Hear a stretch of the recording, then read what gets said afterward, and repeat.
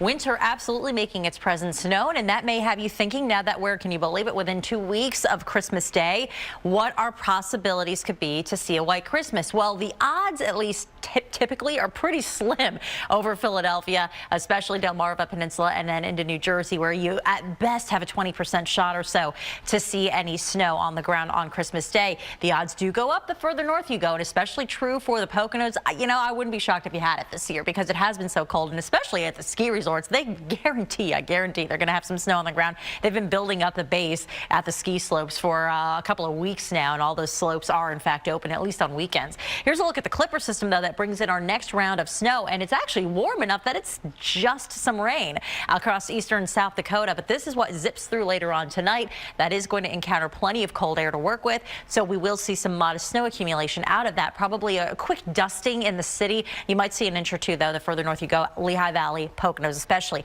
But look at the current, or the future feels like, rather. The next couple of hours, at least through about 8 a.m., it still feels no better than single digits across most of the board here. Then we get a little bit more light of day, and by noontime, it's still very cold, but it'll feel more like the teens. That's kind of the story for the rest of the day. 2 p.m., 5 p.m., it may feel no better than 19, but finally by 6 o'clock, we'll crack that 20-degree feels-like value, and it's still chilly heading into the next few days, but the harshest air is in place right now. So again, watch for some snow late tonight, very modest accumulation in the city, if any, and then we just stay cold for the next few days, Misha.